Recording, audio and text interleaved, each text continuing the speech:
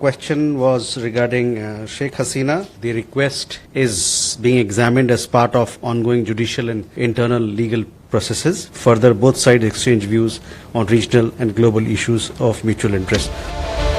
সাবেক প্রধানমন্ত্রী শেখ হাসিনাকে দেশে ফিরিয়ে আনার বিষয়ে বাংলাদেশের আবেদন প্রসঙ্গে এবার মুখ খুলেছে ভারতের পররাষ্ট্র মন্ত্রণালয়।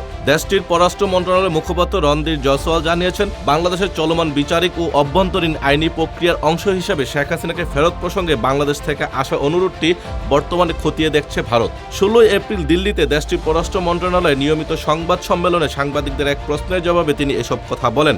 এখন রাজনৈতিক মহলে প্রশ্ন উঠেছে, এবার কি তাহলে সত্যিই শেখ হাসিনাকে ফেরত পাঠাবে ভারত?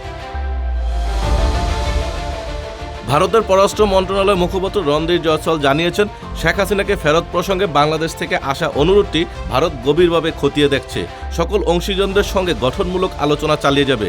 তিনি আরও বলেন, আমরা বাংলাদেশের সমস্ত ঘটনা প্রবাহগুলো খুব নিবিড়ভাবে পর্যবেক্ষণ করছি। ভারতের পররাষ্ট্রমন্ত্রী বাংলাদেশের বর্তমান সরকারের সঙ্গে গঠনমূলকভাবে কাজ করা এবং দ্বিপাক্ষিক সম্পর্ককে আরও শক্তিশালী করার ইচ্ছা পোষণ পূর্ণ ব্যক্ত করেছেন।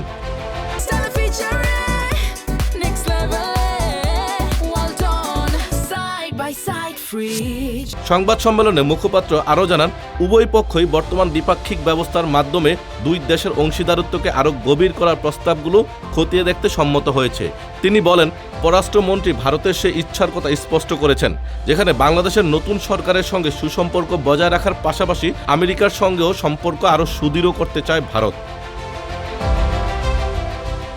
পারস্পরিক স্বার্থ সংশ্লিষ্ট আঞ্চলিক ও বৈশ্বিক বিষয়গুলো নিয়ে দুই দেশের মধ্যে আলোচনা অব্যাহত রয়েছে। জয়সওয়াল আশা প্রকাশ করেন যে উভয় পক্ষের বিস্তারিত মতামত অবস্থান জানতে শীঘ্রই একটি আনুষ্ঠানিক বৈঠক হতে পারে। শেখ হাসিনার প্রত্যাবর্তন ইস্যু ও সীমান্তের পরিস্থিতি সহ একাধিক গুরুত্বপূর্ণ বিষয় নিয়ে ওই বৈঠকে আলোচনা হবে বলে ধারণা করা হচ্ছে।